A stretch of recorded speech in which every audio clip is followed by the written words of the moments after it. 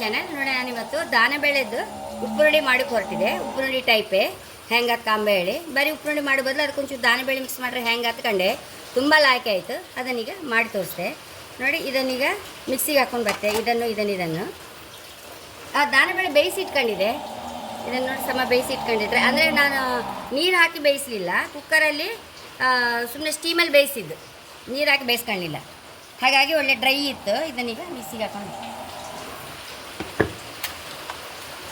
First ಮೆಣಸು ಮತ್ತು ಬೆಳ್ಳುಳ್ಳಿ ಹೊಡಿ ಮಾಡ್ಕೊಂತೆ. 1 ಟೇಬಲ್ ಸ್ಪೂನ್ ಫಸ್ಟು ಗೋಟ್ಕಾಯಿ ಹಾಕೊಂಡೆ ನೋಡಿ. ಇದಕ್ಕೆ ಒಂಚೂರು ಎರಡೆರಡೆ ದಾನಬೇಳೆ ಹಾಕ್ತಾ ಬರುತ್ತೆ.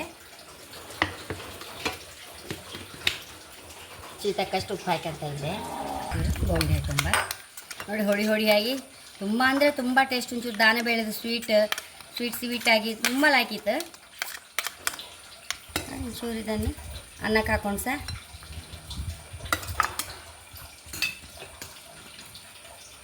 ಒಂಚೂರು ತುಪ್ಪ ಹಾಕೊಂಡೆ. ಇದಕ್ಕೂ ಲಾಯ್ಕ್ ಆಯ್ತು. ಅನ್ನಕ್ಕೆ ಬಿಸಿ ಅನ್ನಕ್ಕೆ ತುಪ್ಪ ಹಾಕಿ ಊಟ ಮಾಡೋಕ್ಕೂ ಲಾಯ್ಕ್ ಆಯ್ತು. ಗಂಜಿಗಂತೂ ಹೈ ಕ್ಲಾಸ್ ಆಯ್ತು. ಮೊಸರನ್ನಕ್ಕೆ ಎಲ್ಲದಕ್ಕೂ ಲಾಯ್ಕ್ ಆಯ್ತು ಫ್ರೆಂಡ್ಸ್. ದಾನಬೇಳೆ ರಿಚ್ ಪ್ರೋಟೀನ್ ಅಲ್ಲ. ನಾ ಸುಮ್ಮನೆ ಹಸಿರಣ್ಣು ಮುರುವಾಗಲ್ಲಿ ಹಳ್ಳಿ ಬದಿಯೆಲ್ಲ ಆದಷ್ಟು ಅರವಾಸಿ ಬಿಸಾಡೋದೆ. ಹಿಂಗೆಲ್ಲ ಮಾಡಿ ಒಂದು ಬಾಟ್ಲಲ್ಲಿ ಒಂದು ಫ್ರಿಜ್ಜಲ್ಲಿ ಇಟ್ಕೊಂಡ್ಬಿಟ್ರೆ ಯಾವಾಗಲೂ ಹಾಳಾಗೋದಿಲ್ಲ, ಯಾವಾಗ ಬೇಕಾ ತಿಂತಾ ಇರ್ಲಕ್ಕೆ. ಮತ್ತು ರಿಚ್ ಪ್ರೋಟೀನ್ ಮಕ್ಕಳಿಗಂತೂ ಹೈಯೆಸ್ಟ್ ಒಳ್ಳೇದಿದ್ದು ದಾನಬೇಳೆ.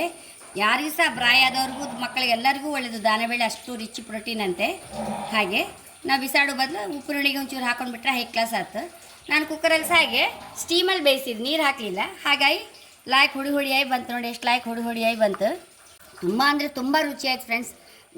ಮಾಮೂಲಿ ಉಪ್ಪಿನ ಹುಡಿಗಿಂತ ಇದು ಏನೋ ತುಂಬ ಲಾಯ್ಕಿತ್ತು. ಒಂಥರ ಚೂರು ಸ್ವೀಟ್ ಬಂದು ಭಾರಿ ಅಂದರೆ ಭಾರಿ ಲಾಯ್ಕಿತ್ತು. ದೋಸೆಗೆ ಸಹ ಹೈ ಕ್ಲಾಸ್ ಆಗ್ಬೋದು. ಖಂಡಿತ ನೀವು ಇದನ್ನೊಂದು ಟ್ರೈ ಮಾಡಿ. ಅಷ್ಟು ರುಚಿ ಆಗ್ತಿ. ಮನೆ ಮಂದಿಗೆಲ್ಲ ತುಂಬ ಇಷ್ಟ ಆಯ್ತು. ಬೆಳ್ಳುಳ್ಳಿ ಬೇಕಾದರೆ ಇನ್ನೊಂಚೂರು ಜಾಸ್ತಿ ಹಾಕ್ಬೋದು. ನಾನು ಇಷ್ಟಕ್ಕಿಷ್ಟೇ ಬೆಳ್ಳುಳ್ಳಿ ಹಾಕಿದೆ, ಹೈ ಕ್ಲಾಸ್ ಆಯಿತು. ನೀವು ಸಹ ಖಂಡಿತ ಟ್ರೈ ಮಾಡಿದ್ದೆ ನಂದು. ಹಾಗೆ ನನ್ನ ಚಾನಲ್ ಇಷ್ಟ ಆದರೆ ಸಬ್ಸ್ಕ್ರೈಬ್ ಮಾಡಿ, ಲೈಕ್ ಮಾಡಿ, ಕಾಮೆಂಟ್ ಮಾಡೋದು ಮೊದಲೇ ಬೇಡಿ. Thank you.